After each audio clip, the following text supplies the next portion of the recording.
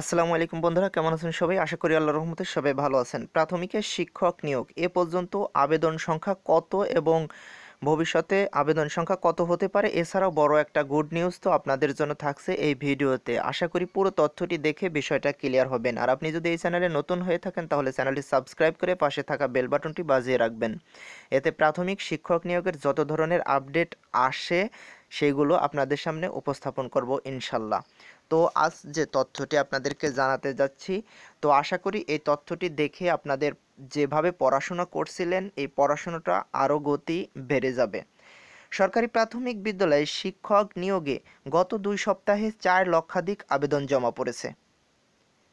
গত 25 অক্টোবর থেকে অনলাইন আবেদন প্রক্রিয়া শুরু হয়েছে। 24 নভেম্বর পর্যন্ত চলবে আবেদন। তো আবেদন শেষে যাচাই বাছাইয়ের কাজ শেষ হলে নিয়োগের লিখিত পরীক্ষা শুরু হবে বলে প্রাথমিক শিক্ষা অধিদপ্তর সূত্রে জানা গেছে। আর এবার যে শূন্য আসনের সংখ্যা দেখানো হচ্ছে, তো এই আসন আরও বৃদ্ধি করা হতে পারে। শূন্য আসনের সংখ্যা বৃদ্ধি পেলে এ সংখ্যা আরও বাড়ানো হবে বলে জানা গেছে। পূর্ববর্তী নিয়োগ সম্পর্কে আপনারা জানেন, তো সেখান থেকেই এটি বলা যায় বা পত্রিকায় এই তথ্যটি লেখা হয়েছে যে শূন্য আসনের সংখ্যা যদি বৃদ্ধি পায় তাহলে এই নিয়োগটা আরও বড় আকার হতে পারে।